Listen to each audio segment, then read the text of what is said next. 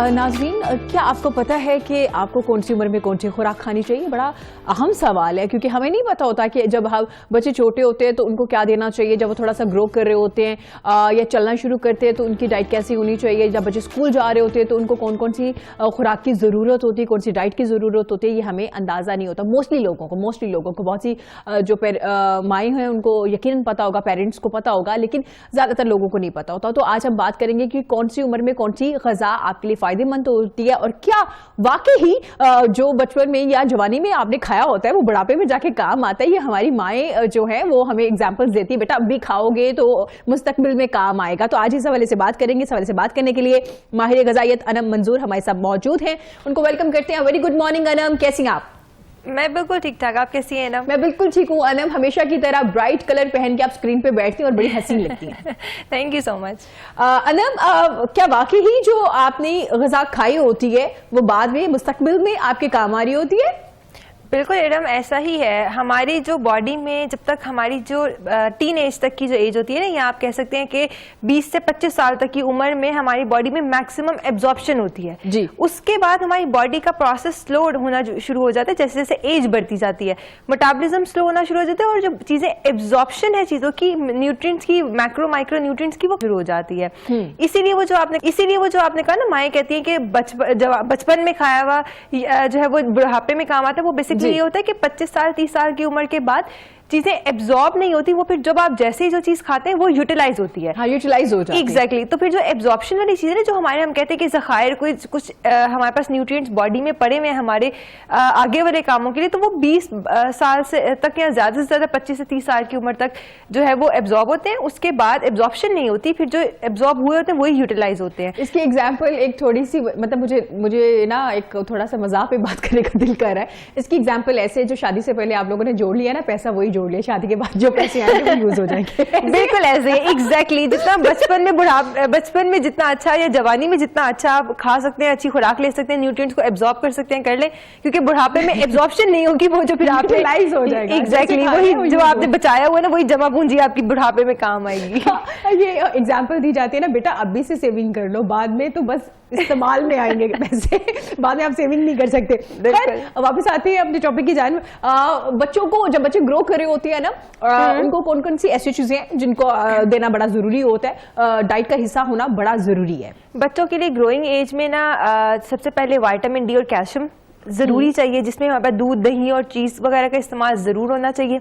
बच्चों की हड्डियां ग्रो करी होती हैं, उनकी ओवरऑल फिजिकल और मेंटल ग्रोथ हो रही होती है जी। आप देखें उनकी हाइट इंक्रीज होनी होती है, उनका वेट बढ़ना होता है, तो उनमें कैलोरिक वैल्यू ज्यादा उनकी रिक्वायर्ड होती है और उसमें कैल्शियम, विटामिन डी खासतौर पर ज्यादा चाहिए होती है जी। इसके अलावा अगर हम बच्चों में बात करें, ब्रेन डेवलपमेंट होनी होती है, तो उनमें ओमेगा 3 फैटी एसिड्स जो है उनको जरूर चाहिए होते हैं, जो उनकी ब्रेन डेवलपमेंट करते हैं, ब्रेन सेल्स को ग्रो करते हैं, उनकी कॉग्निटिव एबिलिटीज, यानी कि बच्चे ने स्कूल जाना है, उसकी लर्निंग एबिलिटीज को इंक्रीज करता है, तो उसमें ओमेगा 3 रिच डाइट बच्चों को देनी चाहिए।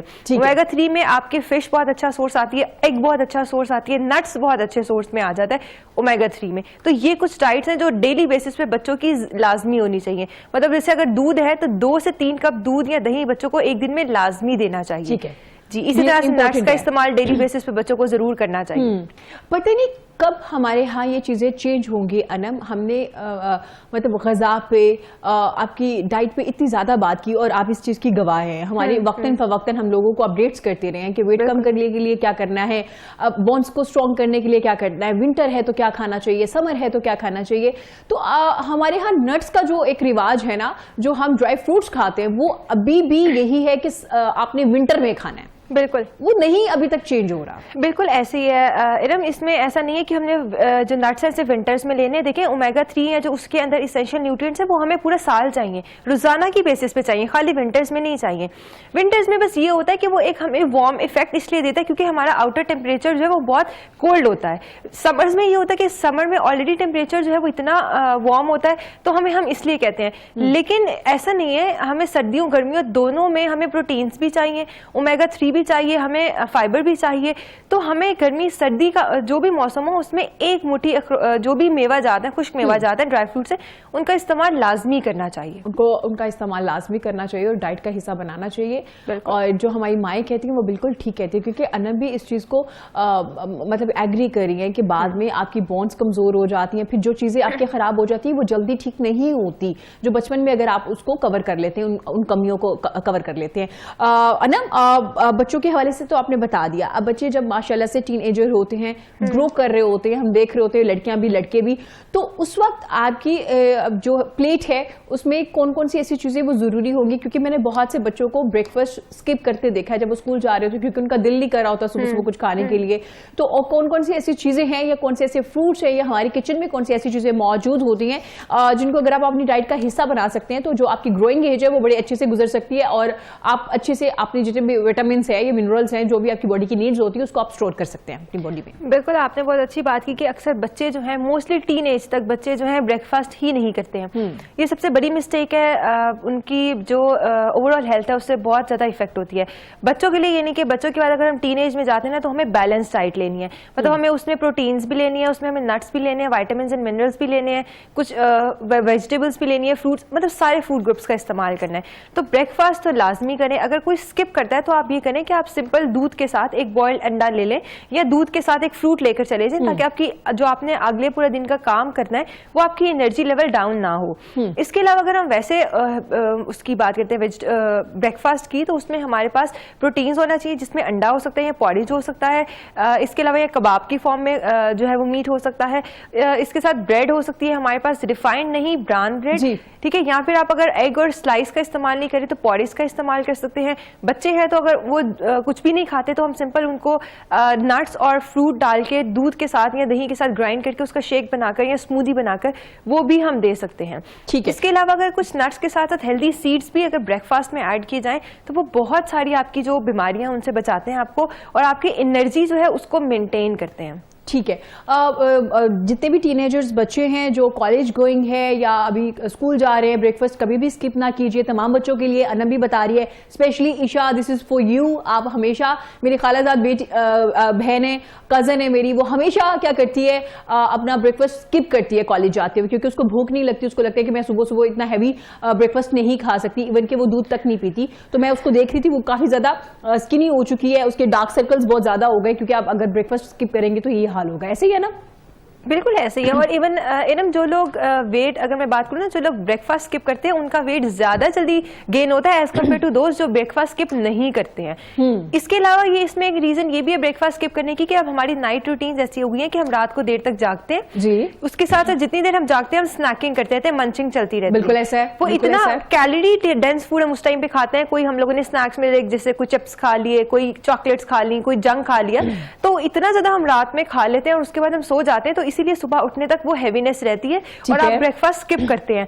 ऑल्दो आपको वो नाइट वाली स्नैकिंग को स्किप करना चाहिए और ब्रेकफास्ट जो है वो आपका हेल्दी होना चाहिए। ठीक है। तो ये थोड़ा सा पैटर्न जो हमारा हम लोगों ने चेंज किया है ना अपना, इसको हम वापस लेकर आए अपने नॉर्मल पे। ब्रेकफास्ट आप करें, अगर हैवी नहीं होता तो मैंने बताया कि आप सिंपल बॉइल्ड एग के साथ मिल्क ले सकते हैं, या अगर मिल्क भी हैवी लगता है तो बॉइल्ड एग के साथ आप लोग ग्रीन टी ले सकते हैं। इसके अलावा आप लोग सिंपल वेजिटेबल ऑमलेट बनाकर ले सकते हैं। नट्स के साथ फ्रूट लेकर जा सकते हैं। अगर आपने कोई ड्रिंक नहीं लेना, मतलब दूध चाय नहीं लेनी, तो एक फ्रूट के साथ बॉइल्ड एग ले लें सिंपल, या एक फ्रूट के साथ नट्स ले लें, बट स्किप ना करें अपना ब्रेकफास्ट। और बहुत सारी और भी आपकी जो हार्मोनल चेंजेस की तरफ लेकर जाता है, आपका मेटाबॉलिज्म को स्लो डाउन करता है। हाँ बिल्कुल। और है ना, आजकल हमारे यहाँ स्पेशली विटामिन डी की बहुत ज्यादा कमी पाई जाती है।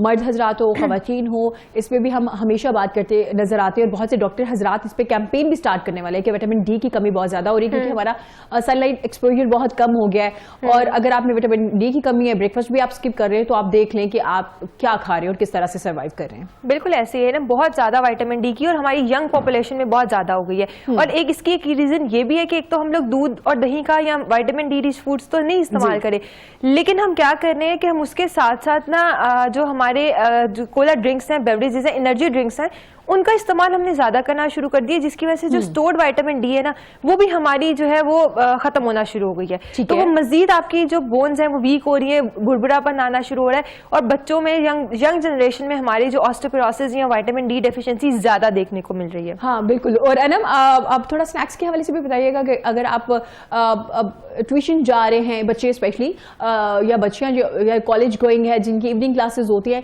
या अगर आप कहीं बाहर काम पे भी जा रहे हैं, तो स्नैक्स में क्या क्या ऐसी चीजें जो आप साथ कैरी कर सकते हैं, जिसमें नट्स का तो आपने जिक्र किया है, और साथ फ्रूट्स लेके जा सकते हैं। नट्स के साथ फ्रूट्स लेके जा सकते हैं, आप लोग पॉपकॉर्न का इस्तेमाल कर सकते हैं, आप लोग कोई फ्रूट चाट बनाकर लेके जा सकते हैं, बीन्स और फ्रूट्स को मिक्स करके उनका सैलेड बना के लेके जा सकते हैं। मजे का भी होता है। बिल्कुल, वो लेके जा सकते हैं बिल्कुल, और उसमें फिलिंग भी ज्यादा आएगी आपकी ना।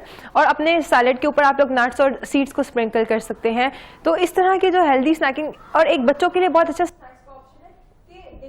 मदर्स को मैं हमेशा कहती हूँ कि बच्चों को चॉकलेट स्वीट्स की बजाय अगर आप डेट्स और नट्स को ग्राइंड करके उसके बॉल बना लें छोटे छोटे साइज के, और अगर बच्चे को ज्यादा ही चॉकलेट्स पर फैसिनेट करती हैं तो डार्क चॉकलेट लेकर उसको मेल्ट करें और उन डेट बॉल्स को कोट कर लें डार्क चॉकलेट, तो वो एक बच्चों का बहुत हेल्दी स्नैक ऑप्शन रहेगा। अरे वाह, बड़ी अच्छी रेसिपी बताई है। एग्जैक्टली। और इससे बच्चे, मैंने लास्ट वीक मैंने एक कैंप किया, और उस कैंप में आप यकीन करें 80% पॉपुलेशन, चाहे वो बच्चे थे, चाहे बच्चियां थी, चाहे मेल थे, चाहे फीमेल थे, 80% पॉपुलेशन वर एनेमिक, आयरन डेफिशिएंट थे, क्लियर साइंस एंड सिम्टम्स के साथ, उनके विजिबल साइंस एंड सिम्टम्स थे। तो आयरन डेफिशिएंसी, खून की कमी हमारे विटामिन डी के साथ ये भी बहुत बढ़ती जा रही है। तो इसीलिए नट्स का इस्तेमाल करें, बच्चों को इस तरह से नट्स दें, डेट्स का इस्तेमाल करें। डेट्स से आपकी एनर्जी लेवल बहुत रहता है, और मीठे की जो क्रेविंग है ना वो भी आप अक्सर खाने के बाद आपको होता है ना कुछ मीठा खा लेना चाहिए, तो कुछ देर के बाद आप वो खजूर के तौर जो है वो मीठे के तौर पे इस्तेमाल कर सकते हैं। एक तो सुन्नत भी है, खाने से वैसे भी बहुत से फायदे होंगे ऑफ कोर्स, और जैसे अनम ने बताया कि आपकी डेफिशिएंसीज जो होती है वो भी कम हो जाती है। अरब खवातीन के लिए भी बता दीजिए, क्योंकि खवातीन जो होती है कॉन्शियस होती है डाइट को लेके, वो डाइट के चक्रों में कुछ भी नहीं खा रही होती, क्योंकि डाइट की डेफिनेशन हमारे यहाँ ये है कि भूखा रहना। तो उनके हवाले से भी बता दीजिए कौन सी हेल्दी डाइट उनकी होनी चाहिए। अच्छा, फीमेल्स के लिए ये है कि पहले मैं कहूंगी कि स्किप ना करें अपना मील। जैसे आपने भी कहा, डाइट का कॉन्सेप्ट ही हमने ये रखा हुआ है कि हमने सारा कुछ खाना पीना छोड़ देना है। आपने ये अपने के साथ खुद जुल्म करते हैं, अपने जी को खुद खराब करते हैं। बिल्कुल बिल्कुल। आपने अगर वेट लॉस करना है तो हेल्दी वे में वेट लॉस करें। इसके अलावा आप इंटरमिटेंट फास्टिंग पे जा सकते हैं, अपना पोर्शन साइज कंट्रोल कर सकते हैं। रिफाइंड कार्ब्स जो मतलब डाइट का मतलब भूखे रहना नहीं है, आप अच्छे से अपने फ्रूट्स भी ले सकते हैं, आप नट्स का इस्तेमाल कर सकते हैं, आपने अपना पोर्शन बहुत कम करना है। हमारे यहाँ क्या होता है कि हम सारा दिन कुछ नहीं खाते, डिनर या लंच में इतना ज्यादा खा लेते हैं कि वो सारी कमी पूरी हो जाती है। यहाँ वक्त छोटी सी न्यूज ब्रेक का, ब्रेक के बाद वापस आएंगे, देखते रहिएगा पाकिस्तान के साथ।